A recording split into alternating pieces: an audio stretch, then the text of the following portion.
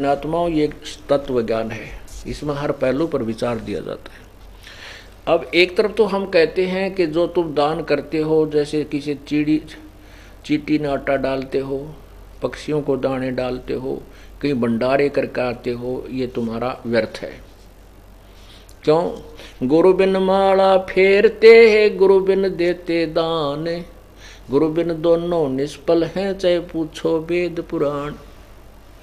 और फिर ये भी कहते हैं कि भी जैसा कर्म जो करता है उसका फल अवश्य मिलता है।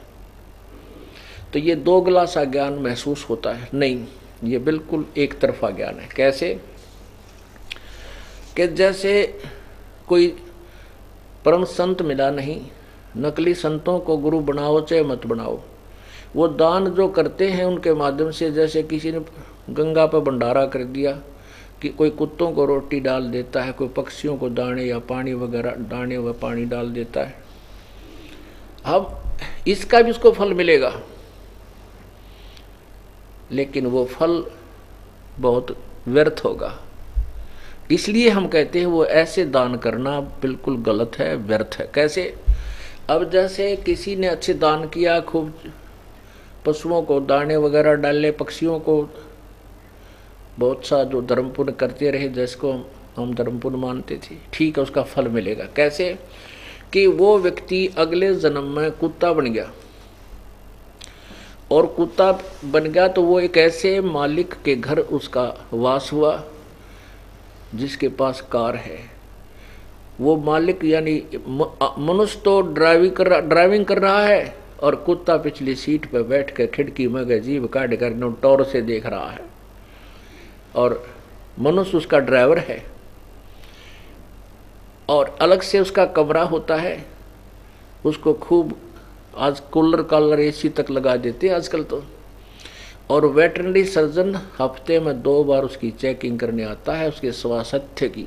और खाने के लिए बड़ा सुंदर आहार उसको बगैर मांगे वहीं बैठे मिलता है। ऐसा क्यों? क्योंकि उस पुण्य प्राणी ने जब वो मनुष्य शरीर में था दान तो खूब किया, लेकिन अविधिवत किया। शास्त्र विधि को त्याग कर जो मनमाना आचरण करते हैं उनको ना तो कोई सुख होता है, ना गति होती है, ना उनका कोई मोक्ष होता है। गीता जी अध्याय नंबर 16 के श्लोक 23 में। अब वो उसने जो मनुष्य शरीर में पुण्य किया था वो मिला, लेकिन कुत्ते के जीवन में ओए होए, अब वो कुत्ते का जीवन पूरा करके सारी फैसिलिटी प्राप्त करके सूअर बन गया। अब बताओ उसने क्या फैसिलिटी मिलेगी? यदि वो व्यक्ति परम पूर्ण संत के माध्यम से नाम लेकर फिर जैसे वो बताता है से दान करता, या तो पार हो जाता, और नहीं तो मनुष्य जन्म मिलता। मनुष्य जन्म मिलता तो सुविधा भी अच्छी मिलती, वो कार भी मिलती, ड्राइवर भी मिलता, कोठी भी मिलती, एसी भी मिलता, और फिर परमात्मा दयालु है जैसे ही बाप को फिर ये मार्ग मिल गया। मनुष्य जीवन है तो ये मार्ग मिला, अगर मनुष्य जीवन ना होता तो ये मार्ग नहीं मिलता। तो फिर परमात्मा दया करके फिर भक्ति दे करके 1-2 जन्म में पार कर ही देते। तो क्या बताते हैं?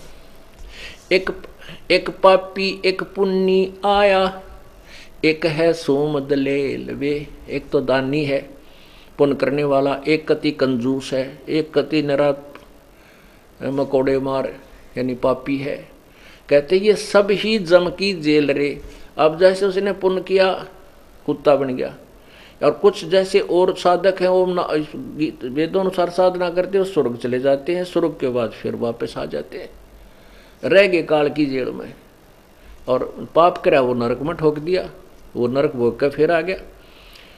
और ऐसे ही जो ना करते दान वो फिर सीधे ही की तरह पशु जोनी में चले जाते हैं।